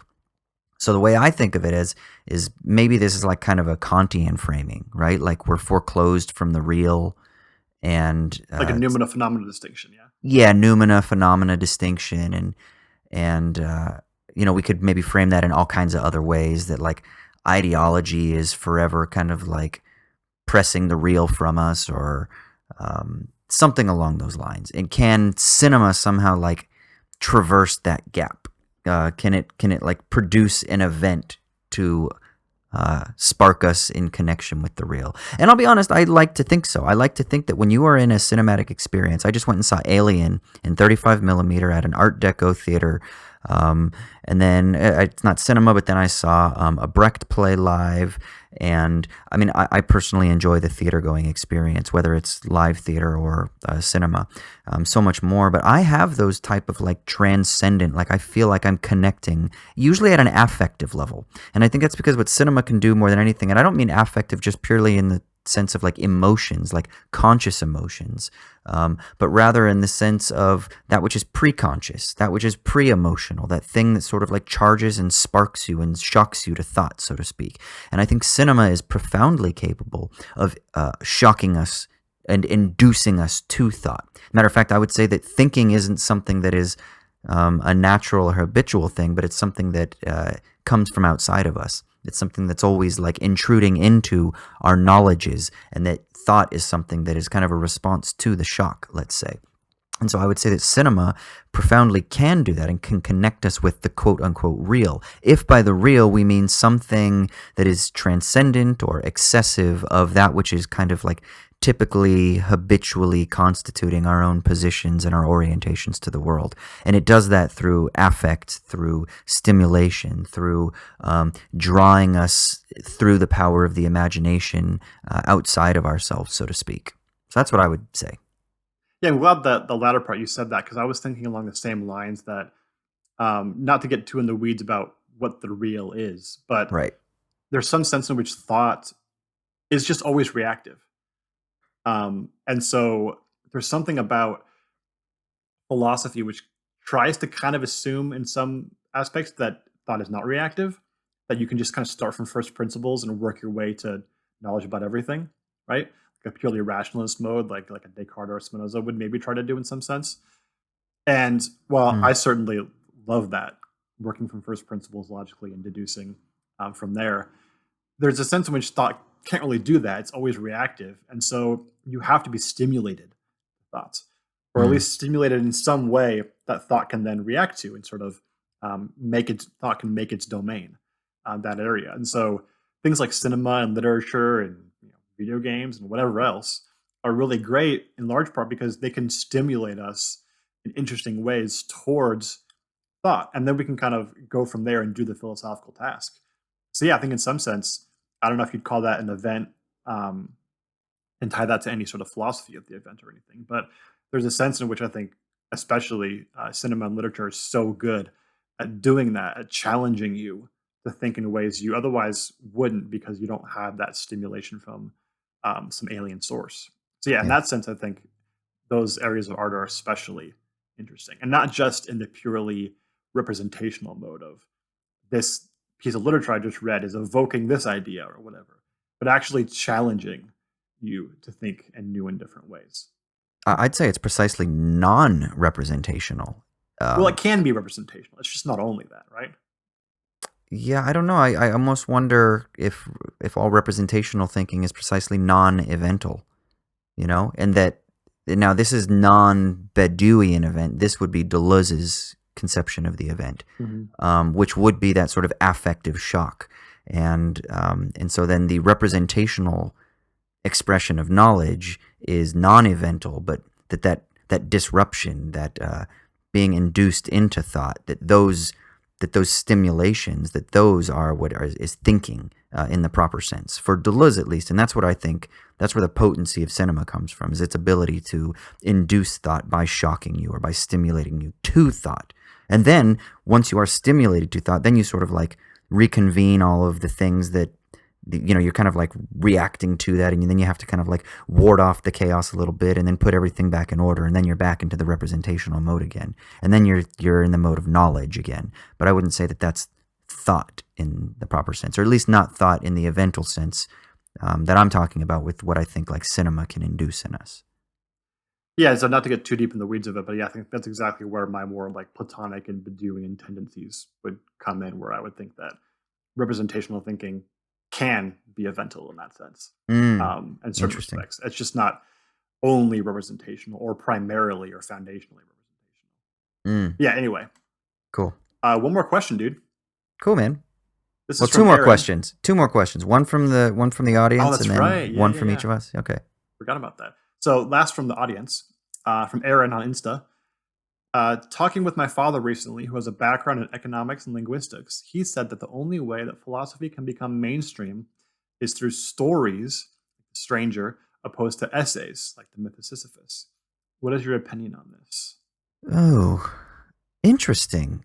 The only way that philosophy can become mainstream is through stories as opposed to essays. Should philosophy become mainstream anyway? Yeah, that's a good point. I don't think philosophy proper can ever be mainstream. I mean, I don't want to essentialize philosophy too much, but I think that philosophy is always supposed to be a bit nomadic, diasporic, wild. I mean, like Socrates is literally put to death for being a philosopher, I think that a true philosopher is somebody who's always going to be untimely, or somebody whose ideas are going to be untimely at least. So it can't be mainstream. But if philosophical ideas, critical thinking, depth of thought, if they are going to be translated into, let's say, a larger mainstream platform, I do think that the power of story is probably the best conductor. I mean, look at a film like The Matrix, right? Like, how many people understand the allegory of the cave because of the film The Matrix, right? So I do think that there's something powerful in communicating philosophical ideas. But then here's my question: is how potent is the philosophical idea of the cave as told through the Matrix after 500 million people have seen it, or a billion people have seen it? Is it still philosophical, or does it lose its potency as a sort of philosophical hammer, to kind of make a callback to earlier in the episode? And does that matter? Am I essentializing and narrowing the scope of what philosophy can do and what it can be? Yeah, I mean, I just think that these are just two different roles that philosophy can take, and they're not necessarily mutually exclusive or in any way antagonistic. So we talked about a second ago that literature and cinema can be these sources of stimulation to thought, right? And that's philosophical in its own sort of way. But then after that, you have the actual thought that's been stimulated, and that often happens through essays, like The Myth of Sisyphus. Hmm. So it's just two different roles, and certainly, I think what Aaron and his father are getting at is the idea that one is certainly more conducive towards popular consumption, the story, whereas the essay is just not, because it requires a certain level of understanding how to read complex philosophical essays, which is just not a skill everybody has, or even a thing a lot of people want to do. So in that sense, there's just different audiences that are going to be sort of driven towards those different sources. And that's not bad. That doesn't mean one's better than the other. It just means they're two different kinds of things that are happening. Both are worthwhile in their own spheres. And kind of necessarily, it seems like one's going to be more open to popular consumption than the other. And that's probably fine. Hmm. Yeah. I tend to think that the power of story has a certain layer to it that, like a philosophical treatise or an essay, just can never have.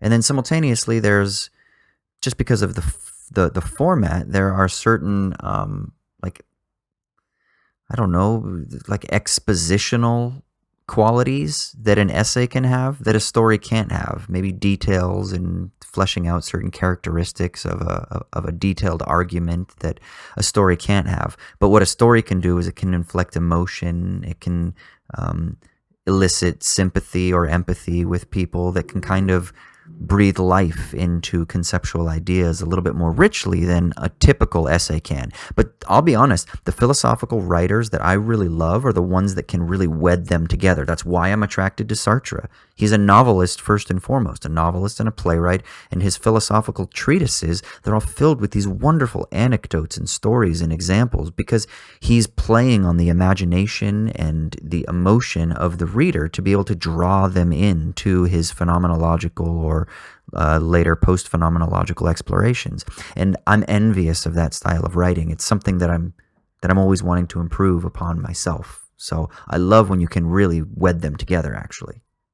Yeah, I mean, the greatest, I mean, Plato's the same way, right? The greatest philosophers are often ones who can wed the stimulation to thought with the thought and go back Yeah. and forth between them. And that's really the most satisfying, I think, form of doing philosophy, because you're combining all the different roles together. And that's intellectually very satisfying. Agreed. Agreed. All right, so we have questions for each other now we're going to end on, yeah? It sounds good to me. Who should go first? You go first, because I'm gonna pin you. Oh, great. So my question for you, dude, is what is the single most important and influential work of philosophy, or even not philosophy, just of anything, um, in your life? And by work, I define it as a work that you can devour or consume in one sitting, so not a whole book or a whole series of books or anything. And then also explain why you consider it to be the most important in your life. Yeah, that's tough. I actually think that for me, it's probably not a philosophical work, and it's going to sound kind of weird, but it's because I wasn't really a very fervent reader until I kind of converted to Christianity. And it was when I converted to Christianity that my dad basically gave me a couple of books. My dad had been studying theology, and he said, "Hey, if you really want to take this seriously and you really want to read this stuff," he's like, "Here, check this out. Check these out." And I remember I told people, like, the first books that I actually read They're like, whoa, you went straight into those like as your first theology books. It wasn't like I was reading books like Lee Strobel, like The Case for Christ or some shit like that, or The Case for Easter, or whatever the fuck his books were, or Purpose Driven Life. I went straight into fucking a guy named Arthur Pink, A.W. Pink, and a book that he wrote called The Attributes of God. And then another guy named A.W. Tozer, who it is Tozer who wrote a book called The Pursuit of God. Okay. And then I don't remember what J.I. Packer's book was, but I did read J.I. Packer too. Those were the first three. It was J.I. Knowing Packer. God, I think it was, right? Knowing God. That's it. Yeah. It was J.I. Packer, Tozer, and Pink. And those aren't like you sit down in one sitting, but the Pink book is really short. And actually, they are all kind of short. I think Knowing God is a little bit longer, but they're really short. And I fucking flew through them. And what it did for me is it just gave me like this voracious appetite for a new way to consume knowledge. And I didn't have that before. I wasn't, I just was in a fucking band and was then an actor and was chasing chicks, and I didn't really develop or cultivate any sort of like disciplined intellectual skills or anything like that. And for me, it was that first month that I converted to Christianity, and I devoured these texts, and it kind of just set me on a path for devouring everything else that I could that you can put in front of me that I can read, I like that because the way I asked the question, I kind of anticipated this is probably how I would have answered it. The content is what mattered, right? The content of the work changed me in some way that has been long lasting or been the most influential. But you took it as you answered the question in such a way that it was about how it transformed your character, not the content of the book, but how the book sort of read you in a way. And I like that because that's totally not how I would have thought about the question, but it's very telling and very interesting that you thought more about how it transformed you. And I'm not even sure how I'd think about it that way. That's just like a totally different form of thoughts. You know what's weird? I have thought this a lot about myself, that I tend to read things that way even now. Like that, how do I put it? I have the thought sometimes, and I'm like, oh, I should write that down, and I never ever do. But then the thought always comes back, and I'm always like, oh, I'll just remember it because it literally happens 100 times, and it's happened 100 times, and now I can't remember it. But it's literally it is less sometimes for me about the content than it is for like how it is that the resource or whatever changes me as I'm exposed to the content. And I almost feel like with every book that I read, somehow it changes me. And I don't even realize how it's changed me. But I think that I always have an encounter with every text that I consume. And I think you could probably say the same about films that I watch and plays that I see and people that I meet and interact, conversations that I have, that it's less about the specifics of the content than it is about like almost like the formal experience of the encounter with the object, which is probably why I'm not a scientist and then I'm more of like an artist, because the empirical evidence is less interesting for me than it is about the encounter with the information. Yeah, that is really interesting. I'm glad you answered it that way. I always knew I could expect from you a way of radicalizing the prompt. All right, dude. I got it's kind of unfair because it's pretty straightforward. It's pretty straightforward, and I'm kind of putting you on the spot. But I actually am really curious because we haven't talked about this in a while, and it's kind of personal. So you can kind of intellectualize it, so you don't have to expose too much personal info. But we got pretty open in our last episode about like theological stuff and stuff like that, where we feel about religion. Do you believe in God? Oh, damn, dude. I mean, can I do the philosophical thing and sort of break down the question? Yeah, please. Yeah, so when someone asks that question, what they usually are getting at is, do you explicitly endorse that X exists, right? Yeah. So that's one way of approaching it. Would be like the same as saying, do you believe in unicorns? Right? Yeah. Like, do you believe that X exists? Yeah. Do I believe that I have chapstick on my desk right now? Yeah. Yes.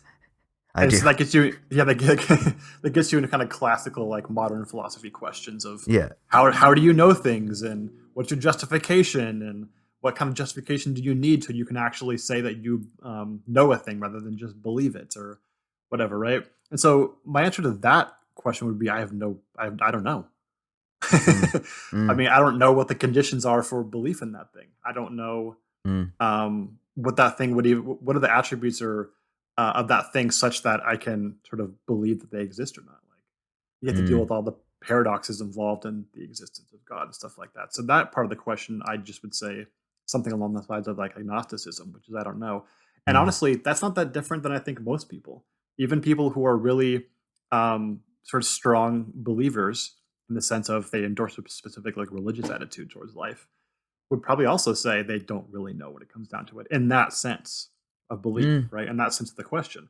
I mean, Kierkegaard certainly would be on that line. I think Dostoevsky's on that line. I think mm, all sorts of people throughout, especially Christian history, would say that there's a level of doubt you kind of almost have to be an honest believer, right? So I think that's not really even the most interesting way of interpreting the question, then, in that kind of explicit belief formation. If the question instead is, do you believe in God in the same way you might say, um, do you believe in your spouse? Do you trust? It's like mm. a trust or faithfulness interpretation, which I think is probably the more like biblical or New Testament way of thinking about belief in God. Yeah.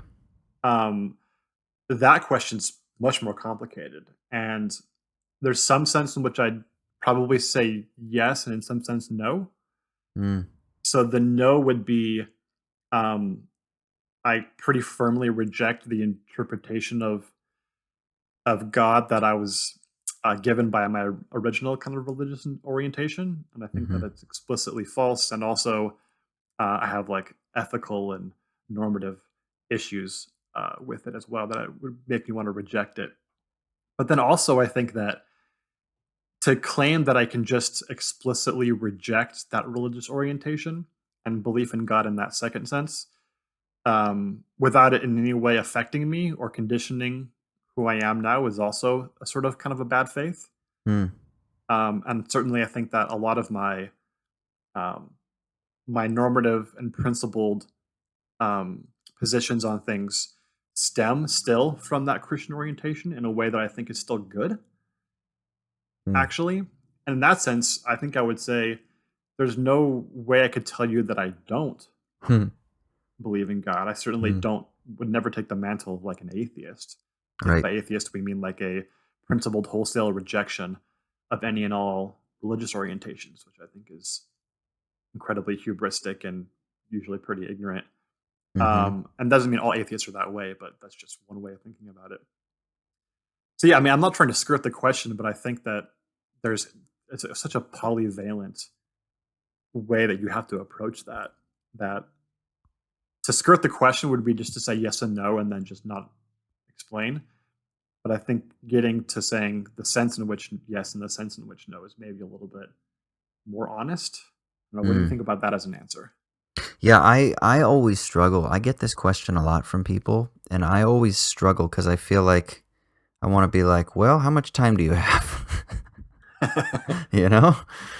Let's get a cup of tea and let's talk for the next 2 years, and maybe we can try to understand one another. But yeah, I also though I find that I get that question from people all the time. And it's almost like there's this need that people have to understand where people are from within that standard understanding of belief that you first outlined with regards to like some sort of external object, that we understand the conditions by which I can ascertain uh, how I can assent to an intellectual knowledge of the thing, right? Like either empirical knowledge or some sort of like rational form of inquiry through deduction or whatever, that there's some sort of understood set of conditions that allow us to actually feel confident in our intellectual assent towards the object. And I think that's what people expect generally when they ask the question. And I'm always the annoying pain in the ass that's like, well, what do you mean by belief? And, usually talking in our like Peter Rollins episode, we talked about like parapraxis, but then also talked about that idea of like, yeah, sometimes I do and sometimes I don't. Sometimes I do shit that is probably in line with certain Christian or theological things, and then sometimes I surely don't. So, I like to kind of pull out all of those tricks out of my hat, but I find it a very difficult question. Yeah, and here's one response I would have. I often ask people when they ask that question or something like that, and then they want it to be that very simple first version of the question, which is, do you believe that X exists? Belief is not voluntary. You try going out, looking out your window when it's raining, and try making yourself believe it's not raining. You can't do it, right? I mean, there's maybe some caveats here, but largely belief is not voluntary; it's involuntary. And so, is it really interesting? Are you really getting at anything interesting about a person when you get to their beliefs? Maybe you're getting the knowledge about who that person is, maybe, or what their beliefs are, right? But you're not really getting anything that's important to their character, or who they want to be, right? Their explicit sort of normative principles, the things they value or desire, right? The voluntary things, if there is anything voluntary. So clearly, you're asking for a more complicated question than just, do you believe X exists involuntarily? Like, just do a fucking brain scan if you want to find out a fact about me. It actually really kind of almost angers me, because I think that when you reduce religious belief to that form of intellectual assent, you actually cheapen the things that I found to be so attractive about the confessional theological formulations themselves, which I thought were much richer than maybe what certain, let's say for an example, certain evangelical formulations have reduced religion too, but it takes away all of that rootedness, all of the mythos, all of the praxis, all of the orthopraxy, which is that true undefiled religion is to visit widows and orphans, right? It's not about like, oh, I can recite the Shema, or I can recite the Ten Commandments, or I can quote Bible verses, or I can tell you all the right things. It's about that sort of like connection and your piety to these other people that you're in community with, which is so much deeper and so much richer than like just intellectual facts. But I think, unfortunately, a lot of Christian formulations, a lot of theological formulations in monotheism are reduced to just like a simple intellectual exercise. Not all, of course, but I think that there's a tendency to skew in that direction in most literalist readings of scriptures and in most like evangelical interpretations of religion. And that's comes straight from Jesus himself, right? Many will say to me, Lord, Lord, on that day. And then all these things about explicit beliefs and intellectual sense.